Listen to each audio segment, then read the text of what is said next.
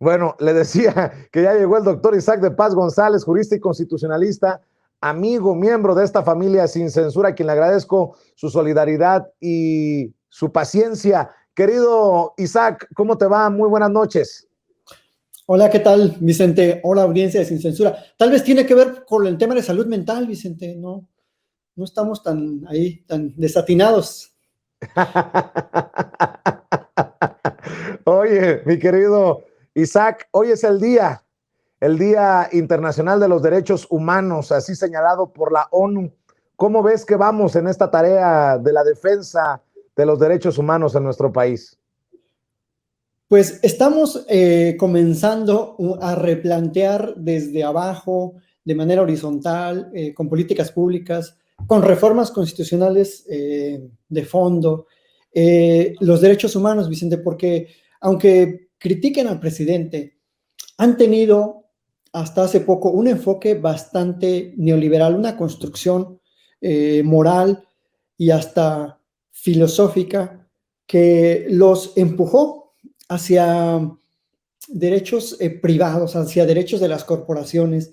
Y esa tergiversación del discurso, por supuesto, se opone a la justicia social. Entonces, yo creo que es un buen momento en México, como en otras partes del mundo, para replantear la verdadera eficacia horizontal de los derechos, es decir, los derechos frente a los que tienen poder político, poder económico, poder corporativo, que es una visión a que a veces se escapa de lo clásico.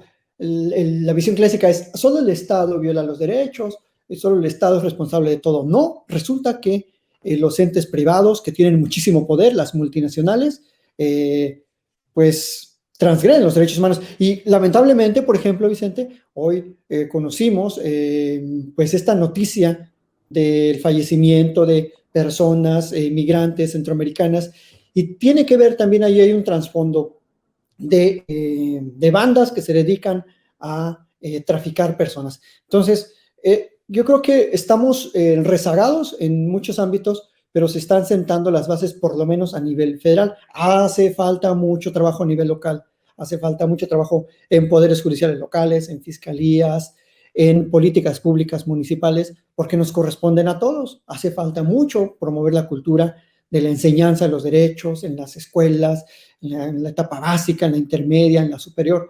Entonces, creo que es un cambio positivo de discurso. Obviamente es insuficiente porque no se puede desde el poder federal cambiar todo en un tris de la noche a la mañana, pero, por ejemplo, ¿dónde estaría ahorita Tomás Herón? O sea, si el presidente de la República y la Fiscalía no hubieran incoado esas investigaciones, esos procedimientos penales, ahorita estaría siendo secretario de Estado casi casi conmigo, con Anaya. Entonces, ¿y qué diferencia de que se le esté exigiendo al Estado de Israel que lo devuelvan en una extradición para que responda por los crímenes de lesa humanidad de Ayotzinapa, Vicente? Eso es nada más un ejemplo de los muchos de los que podemos hablar. ¿Qué te parece precisamente este caso? Dice el presidente Andrés Manuel López Obrador que la carta que le envió al primer ministro de Israel ya la contestó y que fue positiva. ¿Así se manejaría el proceso de extradición? Hay que decir que no hay un acuerdo de extradición entre Israel y México, pero ¿qué tan cerca estaría la extradición o el regreso a México de este personaje que es central para, pues tal vez entender un poco más qué pasó, qué pasó con los jóvenes desaparecidos de Ayotzinapa y el papel macabro, por qué no decirlo, que jugó el Estado, en este caso en tiempos de Peña Nieto, para ocultar la verdad detrás de esta verdad histórica que nos vendieron? Sí, Vicente, y el papel que jugó Murillo Karam y el propio Peña Nieto consintiendo ese tipo pues de delitos en contra de esos detenidos y lo han obscurecido tanto con ese tipo de torturas y estas violaciones al debido proceso que, que por eso se está tardando muchísimo, porque ya privaron de la vida a algunos cómplices, a algunos testigos clave. Entonces, creo que sí es muy importante esta comunicación directa, que es un tema de Estado para el presidente de la República. Y yo creo que en un par de meses, digamos que en enero a finales, se estaría viendo ya pues una decisión más formal del gobierno de Israel, porque como bien lo señalas, y casi todo el mundo lo sabe, porque la verdad es que estas redes sociales se analizan muy a fondo ciertos aspectos que antes la gente no conocía del derecho. Al no haber tratado, pues no hay un camino, digamos, pavimentado, hay un camino escabroso por la vía diplomática para que México e Israel recíprocamente se entreguen a personas que son buscadas por crímenes que cometieron en ambos países. Pero va a avanzar, Vicente. No son, estos tipos de perpetradores no son tontos. Saben bien a dónde ir, tienen conexiones, tienen dinero y tienen un gran equipo seguramente de gente que los defiende legalmente y por eso tratan de aplazar las decisiones y los procedimientos, lo que vulgarmente se conoce como las chicanas. Son los reyes de las chicanas, ese tipo de defensores que, por ejemplo, piden plazos y plazos, como el caso de Lozoya, que se aplacen, y también de Tomás Cerón, o Sembrón, como coloquialmente le dicen, pues están intentando poner esas barreras procesales, pero se les tiene que llegar, Vicente. Algo sí debo de reconocer, que la justicia, si queremos que funcione, a veces va a ser lenta, porque los resultados al vapor, como los que este señor ofreció, al torturar a muchos de esos participantes y testigos del caso Ayotzinapa, pues no son de pies de barro.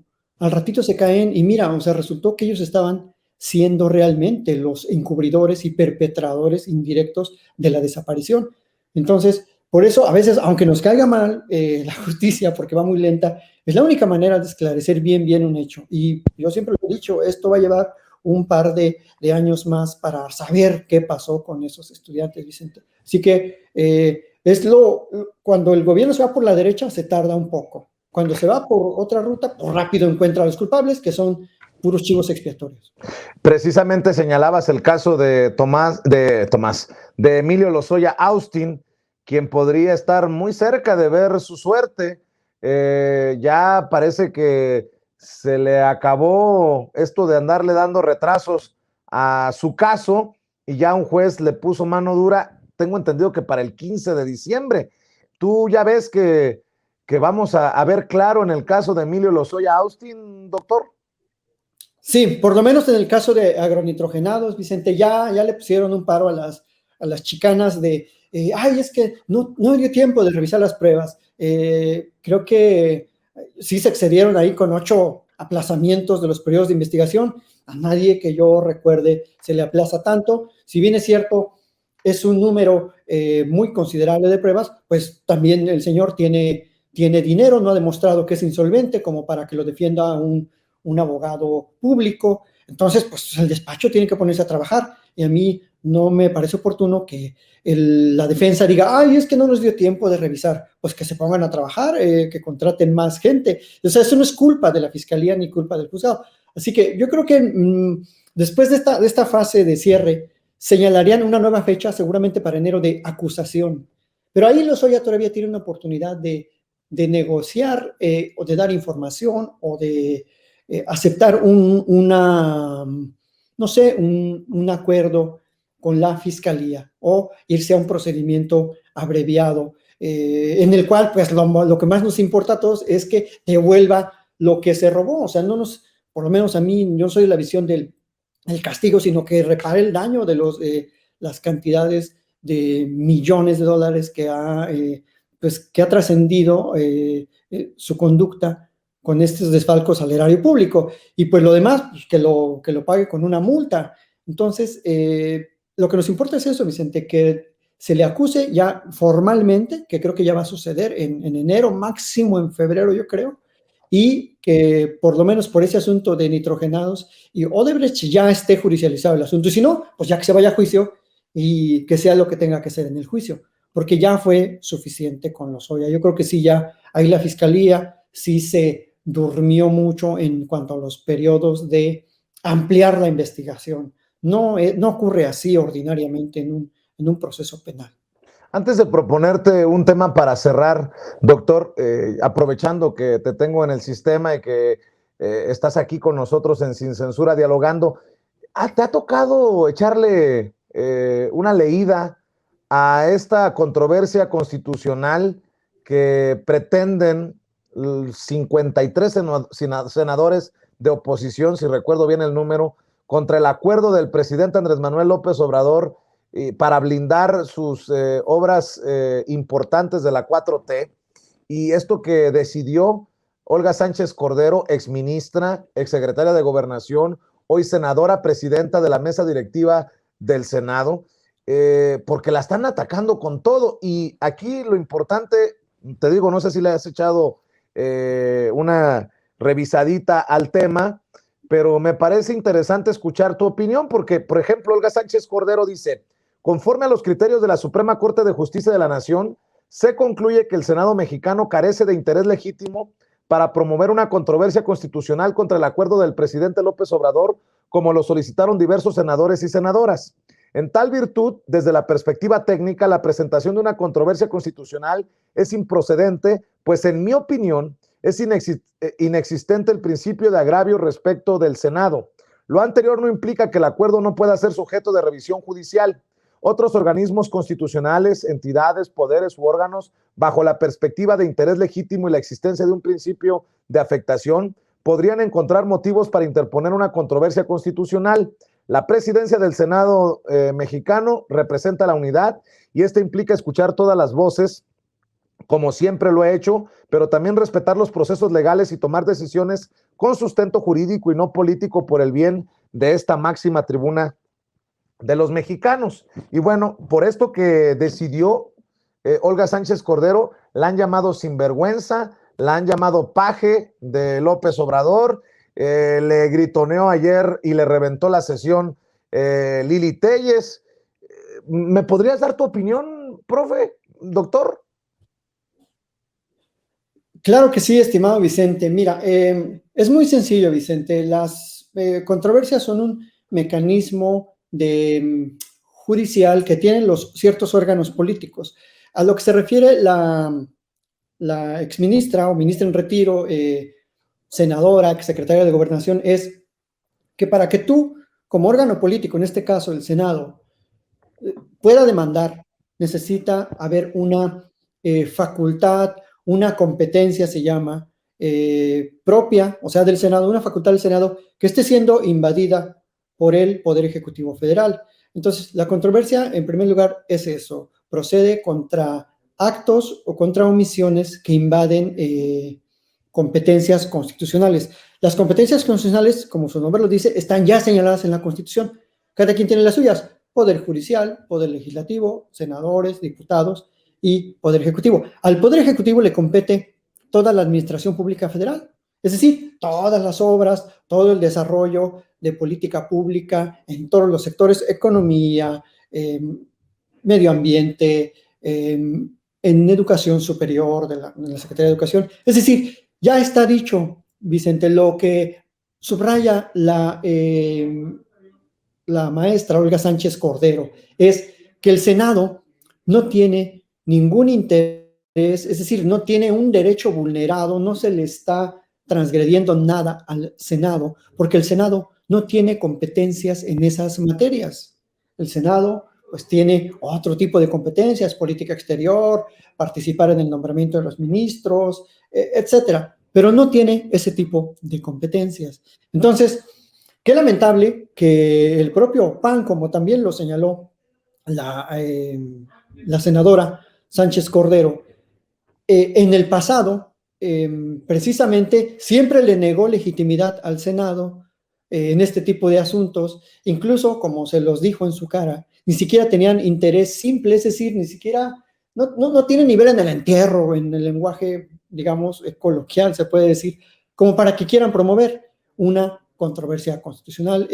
Pero esto es parte de la desesperación, y ayer lo vimos en una muy lamentable dramatización de la senadora Lili Téllez, con un lenguaje francamente que rebaja mucho el nivel de la investidura de las senadurías, atacando, vociferando, interrumpiendo en el uso de la voz a la senadora Sánchez Cordero. Entonces, eso no es un nivel de desesperación, Vicente. Si tuvieran legitimación, bueno, que la interpongan, a ver qué dice la Corte, pero como todo últimamente andan perdiendo en la Corte, pues ya no les importa perder la vergüenza misma en el Senado. Entonces, no es procedente por parte del Senado, como bien lo dice la ministra en retiro, es procedente de por otros medios, por otras vías legales quizás, pero tampoco significa que en el fondo esté mal o esté erróneo el acuerdo. Procedente quiere decir pues que lo van a estudiar, que le van a dar entrada, que lo van a revisar, pero no quiere decir que les van a dar la razón. Ahora sí, como decimos en el derecho, procedente pero infundado.